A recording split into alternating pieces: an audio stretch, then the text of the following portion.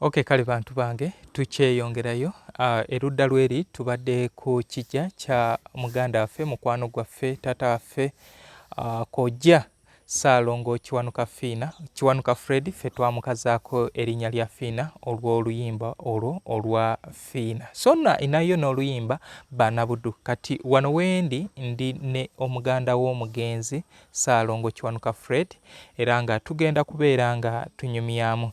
So nsanyusa okulaba. Yes sebo. Nze Muzungu David. Bankazaako eri Akadongo Kamu Music Analyst. Olw'okuba nti ebiseera ebisinga mbeera ku nsonga za Kadongo Kamu. Nsaba weeyanjulireko ku abagoberezi baffe. Amannya gange nze Charles Waliko. Charles Waliko. Nzaalibwa ku mutaala guno Kaajaga wennyini wano wendi. Yes sir. So Charles Waliko. Ne Ssaalongo nno ayinayo oba yamubbulamu gwe Waliko. Era yamubbulamu nze. Ayinayo Waliko wembadde nzija njogeddeko naye. So twagadde otubuulireko ebitonotono ku ebyo by'omanyi ku omugenzi Ssaalongo Kiwanuka Fiina. Kiwanuka yazaalibwa era ku mutala wano wennyini we tuli wano. Yes sir. Nga mwana mulamu bulungi. Era ntukula bwe yafukulamu. N'agenda mu kibuga eyo. Mwazaalibwa ani? Omugenzi Muteeganya John. Omugenzi Muteeganya John. Ate maama? Namuli Maria Namuli. Maria Namuli. Mwazaalibwa abaana ameka? Abaana twali tuweranga 15 kale Mukama kati tuliwo abaana basatu. Abaana basatu. Abalenzi babiri omuwala omu. Omuwala omu. Ssaalongo Kiwanuka Fiina yali mwana wa kumeka? Yali kubanga nze yali omukulu. Gwe mwana omukulu. Ye yali ngando za mu baana nga wa musanvu. Nga mwana wa musanvu. Okay. So ekitone kino eky'okuyimba Ssaalongo yakijjawa? Ssaalongo ekitone kino wamma kulinganga nti kulabikirwa kuba nze ndaba bwetuvudde wonna kuyimba kuno simanyi oba naye nga wano ekitone kino kyalinganga kulabikirwa kale bwe kiti. Okay, kati oyinza ogamba nti mu bakadde baffe eri emabega bajjajja bakojja mwalimuko abayimbi?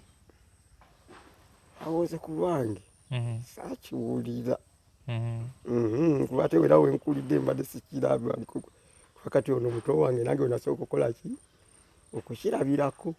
Otegeera otya nti Kiwanuka Fiina muyimbi? Ku luyimba olwo yasookera ddala okufulumya kuba yasooka ng'ali mu Kampala eyo n'ajjako wano n'agamba nnonye school fees ngenda kutuula ebigezo bya S4 kati sente ezo n'azifuna mu mutima omulungi n'addayo mu Kampala waayita omwaka nga gumu oba ebiri twagenda okulaba nti yafulumizza ki oluyimba.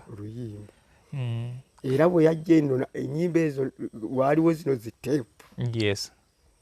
N'atuleetako ku teepu eyo nnyimba ze nga waliko ennyimba zaaliko 6.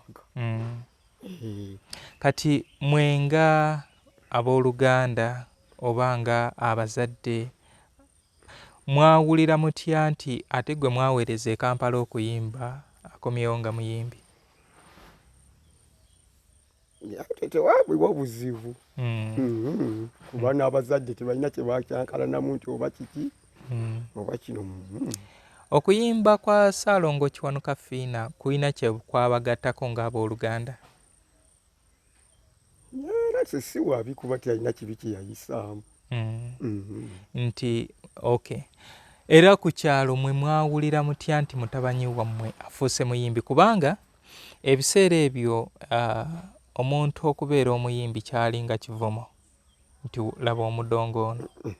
Naye nga kyekitundu kyawulira bulungi kubanga we yabeererawo yali ayagadde nnyo n'okunyonyereza abaana abakola eki abatwale mu kitone ki ekyo ng'ayagala okubasika bagende mu kitone ekyo. So far Ssaalongo Kiwanuka Fiina okuva atugendako mwafunyeeyo omugigi omulala oguyinza ogamba nti gumuddira mu bigere muno mu kitundu ewaka wano ewaka mpozi oyo omwana ye yaŋŋamba ye omwana oyo yennyini omwana ow'oyo gundi Lusiba yaŋŋamba nga yagala kubanga yandeetako n'ennyimba wanneezize nagazi n'ennyimba nze nkola ki nze nziyimba ne muganda we bunnaye bw'oyingira ekitone ekyo si kibi. Okay, kale so baganda bange mbadde ne muganda w'omugenzi Ssaalongo Kiwanuka Fiina y'ono agambye baazaalibwa abaana balinga 17 16 obudde buno basigaddewo abaana 3 ye mwana omukulu abalenzi basigaddewo 2 n'omukyala omu. So ntambuliddeko eno mu bitundu by'e Kajjaga. Abayimbi bajja ne babalambulako? Abayimbi wano bajjawo bajjawo kubanga abo bo sina kigamba nti bangi abatuuseewo wano. Kati gwe nga gwe eyasigala ewaka alina obuvunaanyizibwa, mulanga ki gw'oyinza okubeera nga okubira abayimbi? Abayimbi era nagubakubidde nnyo bwe tugenda mu ndongo ne bantwalayo mu ndongo era omulango gwe ngubakola ki ne bampa kazindaalo kaabwe ne ngubayisizaawo.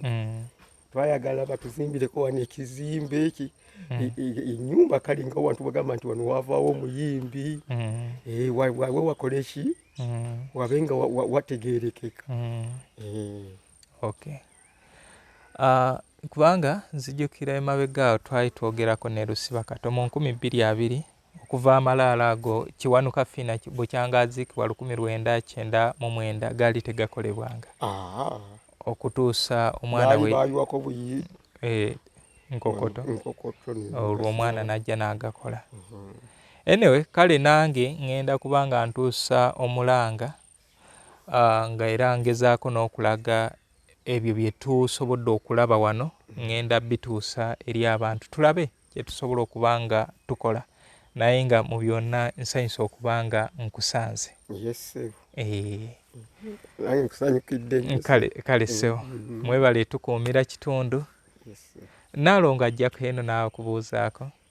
Naalongo ntera omuwuliza naye nga mukujja bampoze emabegeka era yali azzeeko n'abaana eno bonna nga azze nabo naye kati yali aŋŋambye okujja mu January guno omwaka guno naye awo simulabanga kujja tannajja. Oba oli awo ali mu kkubo? Ajja kujja. Kale bantu bange wano ndi Kajjaga ewe w'omugenzi Ssaalongo Kiwanuka Fiina eyatuyimbira ennyimba ezatukolamu omulimu omunene, era kati tutuno tugenda kubeera nga ate tweyongerayo tuli mu kulambulako ku baganda baffe abaatuva ku maaso nga baali bayimbi ba kadongo kamu naye nga bava mu kitundu kino. So tulinayo ekimuli ye yaziikibwa Geoffrey Mukungu Malayika, tugendagendako Lwankoni eyaziikibwa Moses Balongo. Omusajja oyo yali mulema naye nga ayimba bulungi. Prince Juko Mawanda oyo yaziikibwa ku kyalo Kimuli. Then ne tubeera no muganda waffe Francis Bukenya yakuyimbira entumbwe y'omugoowa. Bangi abaziikibwa mu bitundu byeno naye sofa abo be tugenda okubeera nga tutunuulira. Maybe omulundi omulala ate we tunaaba tufunye obudde obulala tugenda kutambula tutuukeko waabo abalala nabo abatukolamu omulimu. Mwebale nnyo, mwebalire ddala. Please subscribe, comment, then sharing. Tusange ku Facebook, TikTok ne YouTube. Yeetaaga ennyimba bino ebyakadongo kamu osanga Kasubi ku basooka kwa Story Kikadongo Kamu Heritage Center and Music Hall of Fame weeri Mwami Lulese Bonze Massachusetts. Nkutumiddeko nti weebale nnyo ebyo byonna byotukolera aba International Country Music Conference. Namwe mwebale nnyo okubeera nga mugamba nti Muzungu David ali e Uganda naye ebintu byakola bigatta akadongo kamu. No yenna Kikaya College and Vocational School, the Twinex International, St. Michael Educational Center. Mwebale nnyo, mwebalire ddala. Mwami Kanaakulya Wumalu, mwenna ababaddeewo okubeera nga nkola emirimu gino mwebale nnyo, mwebalire ddala.